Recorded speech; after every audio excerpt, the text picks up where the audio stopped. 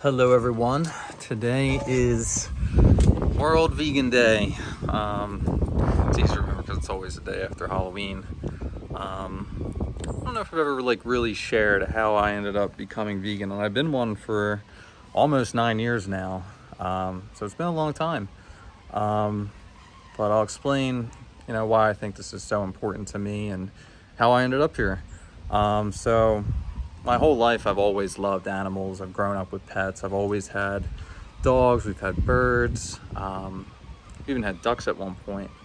And I always ate meat. I came from a family that ate meat. I ate meat for 24 years. And, I didn't really think anything of it for a really long time. And got into fitness and working out. And, almost all of my meals were always centered around eating meat. It was never something I gave any type of moral consideration for. It's just so ingrained in society to, it's not one of those things you ever decide to question.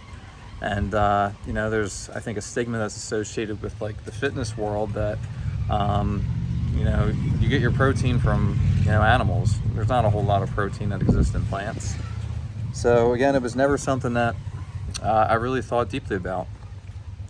Then I had two friends, and they both went vegetarian, and they were telling me about all the animal suffering that occurs, how animals die for us to eat.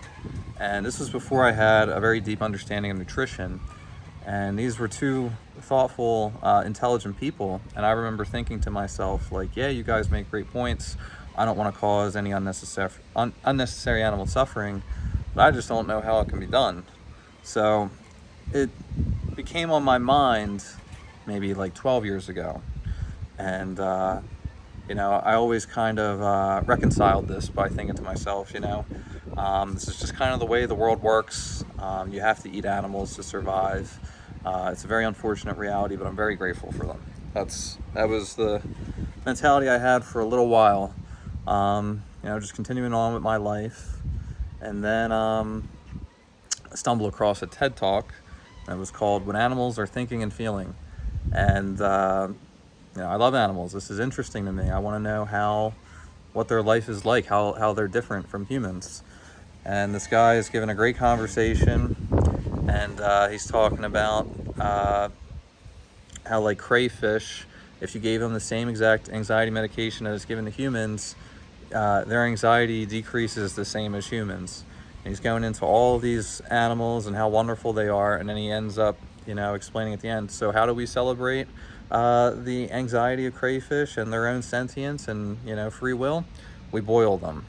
And the crowd's laughing at the first couple jokes, and by the third one, when he's talking about what we do to dolphins, fish, elephants, cows, pigs, they just stop laughing.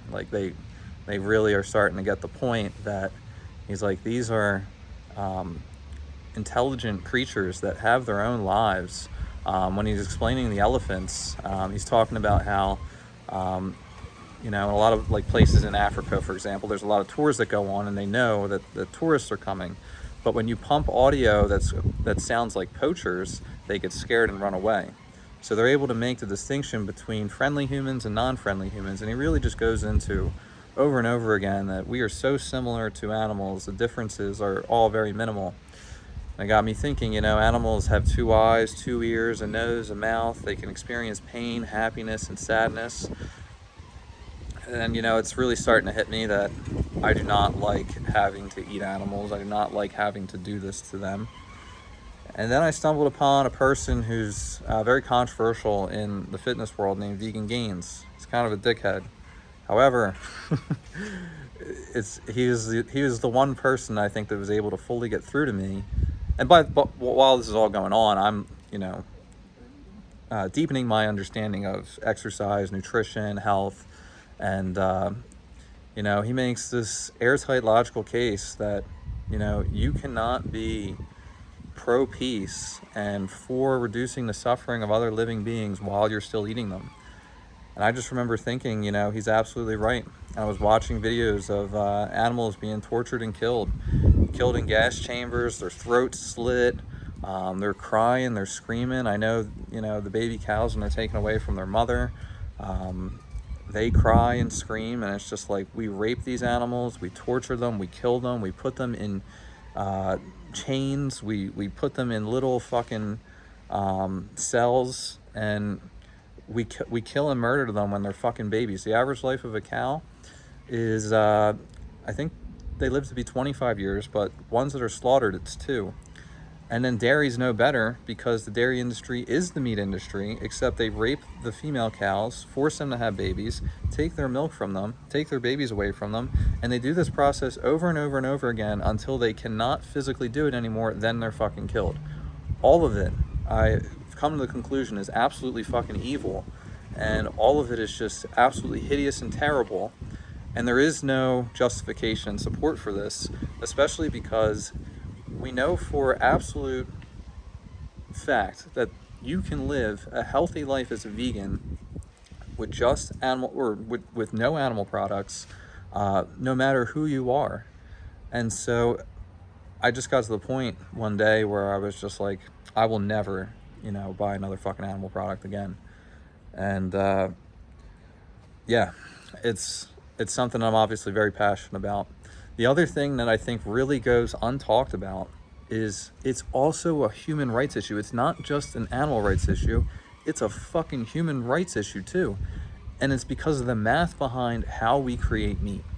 In order for us to get 1 calorie from cows, so think about raising it from a baby, growing it, the land that's needed to be able to feed the cow for it to become a fully grown adult, the water and resources that are needed for it to become a fully grown adult, it ends up using 25 times the amount of fucking calories to get 1 fucking calorie out of it.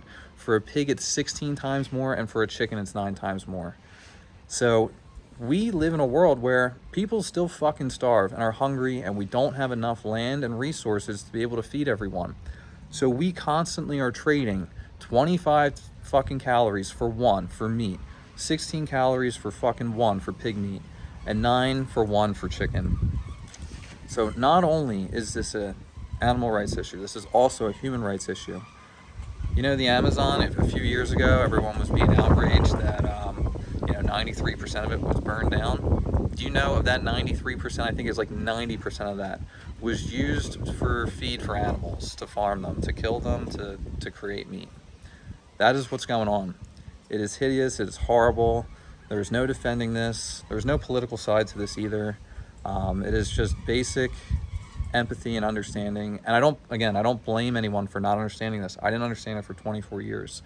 But now that I am older, that I have, a lot of knowledge about nutrition, exercise, and how this process works, it is completely unnecessary. It is wrong. And we should avoid unnecessary animal suffering as much as humanly possible. That's also, there's no gotcha in veganism either, because some people will say like, well, the little rodents and insects, have to die. Yeah, well, the amount of land that's used for animal feed, a lot of those insects and everything die way more feeding the animals than they would for humans. So, and it's not about being perfect. It's about reducing as much unnecessary animal suffering and human suffering as possible.